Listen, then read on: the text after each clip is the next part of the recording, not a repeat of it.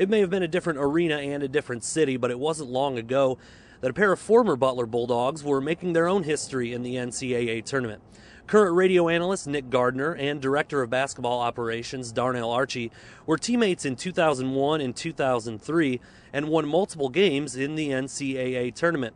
Today they shared with us what it's like to just be a part of the big dance.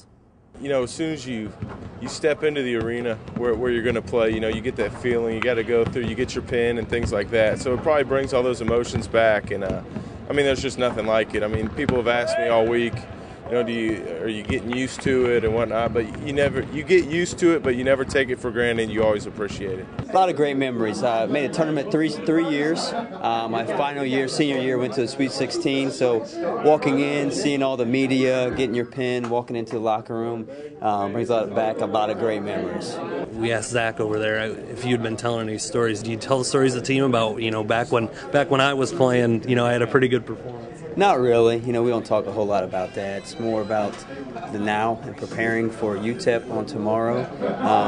I think the Newcastle connection, Chase and Zach, they were younger, but they definitely remember me playing, and it is fun to reminisce when we do. He tries to keep quiet, although every now and again you can hear him telling someone off to the side. He just doesn't announce it to the group. Seeing this group out here on the floor, you know, single-digit seed 4 years in a row for someone like Willie. You know, what's it like being on the other side of it now and seeing, you know, where this program has really gone? It's really amazing. You're right. Single-digit seeds 4 years in a row. You know, a 5 seed again for the second time. You know, the highest seed obviously that Butler's gotten, and it's phenomenal. When you think about going back to 2002 when we were snubbed, you're sitting there 25-5 and you don't get in the tournament. And ever since that moment, it seems like this program's just been so focused on not allowing that to happen again, whether it be the coaching staff's done a great job scheduling.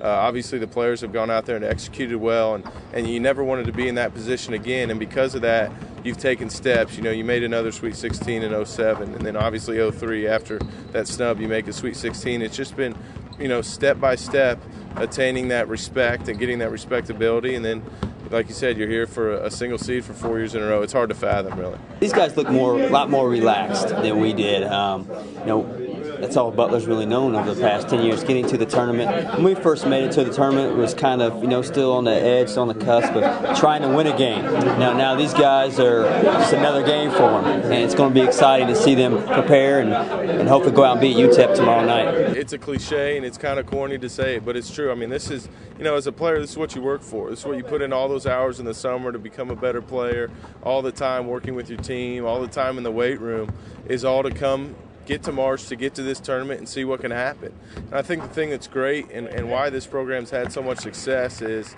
you know, getting here isn't enough anymore. We want to win games, and these guys want to win games.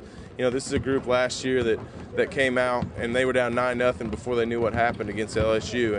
And I think that experience, it allows you to take those next steps. Throughout every group of Butler teams that has gone this route, it's been a progression. You know, in '99 they lose to Florida. You know, the next year, 2000, excuse me. Then in '01 you come back and you beat Wake Forest. And then in '03 you get back in and you make the progression to the Sweet 16. So I think this group is ready to take that next step as well.